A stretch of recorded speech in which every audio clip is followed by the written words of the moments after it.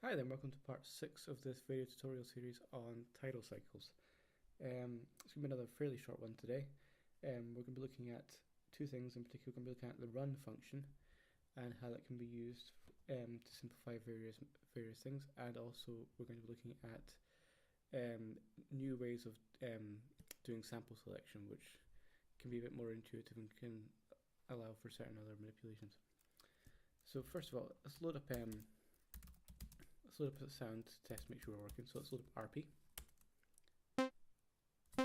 It sounds like a RP sound. So what we looked at before when it came to sort of automatic sequences of numbers, we were looking. What we're stuck with was basically a sort of we're looking at scaling a pattern to a sine wave, or you could do that with any wave. You could do it with saw wave or square wave. But there's also another function called up, which will allow us to, not up. There's a new function called run, which will allow us to do that with integers, as opposed to having sort of this wave of floats. So if we have this RP, if we do RP times 8 here, we have 8 of the same pitch. Now, if you remember it from before, we had this function up, which allows us to move that pitch by semitones. Yeah. So we do up 1, 2, 3, 4, 5, 6, 7, 8.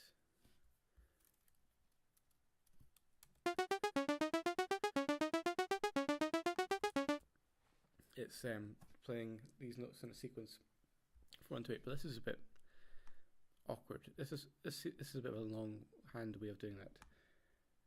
But there's a much simpler way of doing that, which is using this run function. So much as we did with the slow and scale before, if we replace the inverted commas with brackets and then put in run 8, if we run that,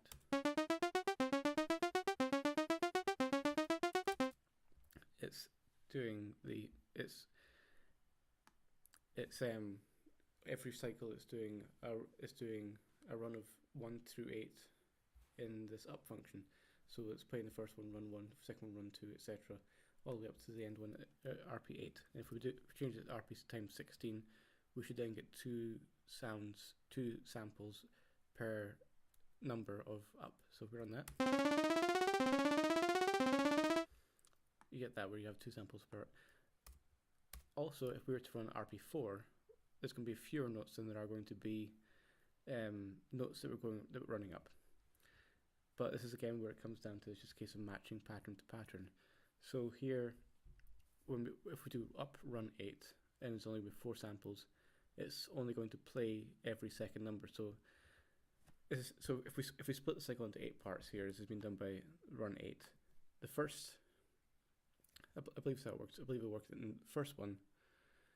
The first cycle, we will hear the RP sound, and it will play it at the first value of up on the run, which is 1. But then the second place in the cycle, where up run is then producing a 2, it's not producing an RP sound.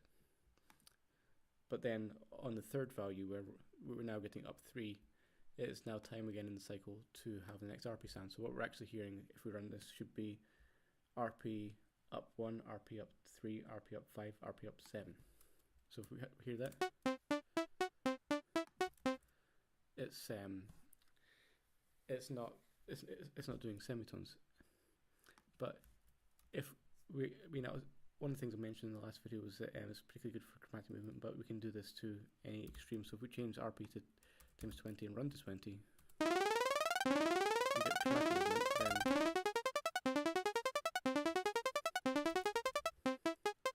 you hear what I mean when I'm talking about this sort of thing. So you get the idea with that. It's pretty self-explanatory.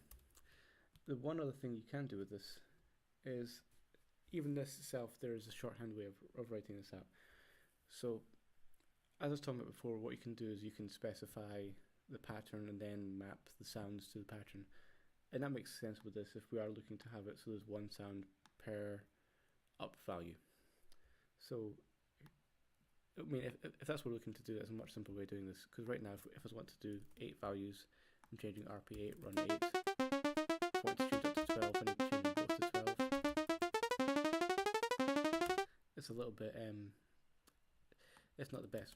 So, I'm going to do a code down here, which is going to be the exact same as this one here, except it's much simpler. So we do D1 $sign up, then in the brackets if we do run 12, then if we do hash sign sound RP. And what this is doing is essentially we're defining the pattern here, which is a run of 12 notes, and which is a pattern of 12, and each of them will be going up a semitone each time, and it's using the sound RP. Now if we then change this to tabla 2, it'll then do the first 6 in RP, second 6 in tabla 2. And you get the idea. So that's the basic run function. Again, the run function will work with any effect. It won't work with up, it'll work with, we could do speed and get a less chromatic, get more pitch basal. Get much more extreme effect that way. You could theoretically do it with gain, although I would highly recommend against running a sequence of sounds going from gain 1 to gain 12. That's a very, very, very, very, very bad idea. And obviously one of the things you can do is you can run various you can run all your conditions. You can run your every however many do this, every however many reverse, and run 8. You can combine everything from the previous tutorials as well. So that's a really, really handy one. The other one I want to talk about today is a new method of bringing samples. So if I were to, well, RP is a particularly good folder because it's mostly the same sound as you'll hear.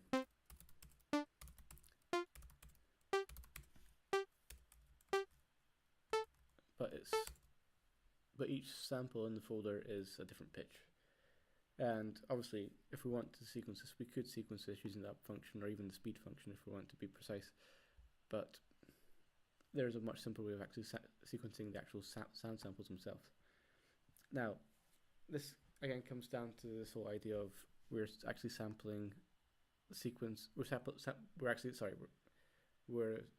setting a pattern of a various aspect of the sound and then applying the sample to it, or in this case, a sample folder to it afterwards.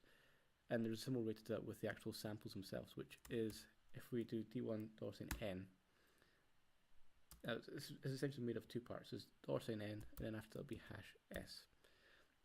And what we're defining here is S is a sample folder. So in this case, it'll be RP or tabla 2 or BD or whatever the folder is, and N is the number that you normally put after the colon. In this way, we're breaking it into 2 parts, and we can deal with both of them separately. And you can run various sequences for both of them as a separate entities. You can run any of your sequence transformers, your slow, your up, your any of these, and that will actually alter the particularly up will then cycle through. Particularly up will cycle through the various samples and such. And not up, sorry, run one. But if we say if we put in RP here and we put in a 0, it's the standard RP sound. We can change one that comes up, much as I did before, except we can now do 1, 2, 3, 0, 8, 9.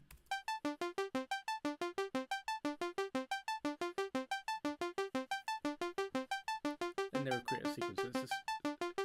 And your same sequencing, your same sort of pattern determining sequencing, I forgot the term for that, can be applied to such as multiplication by 2.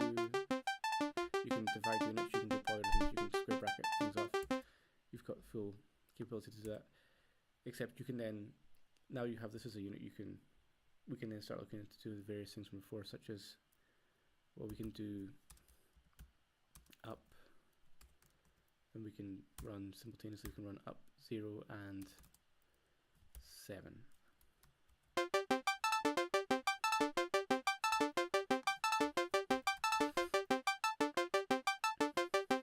And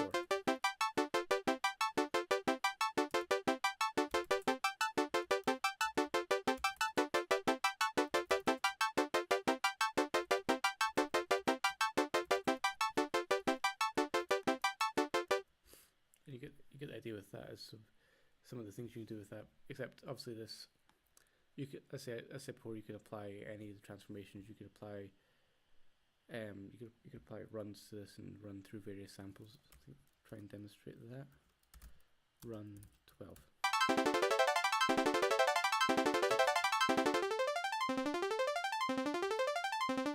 I can apply this every time I say tablet 2.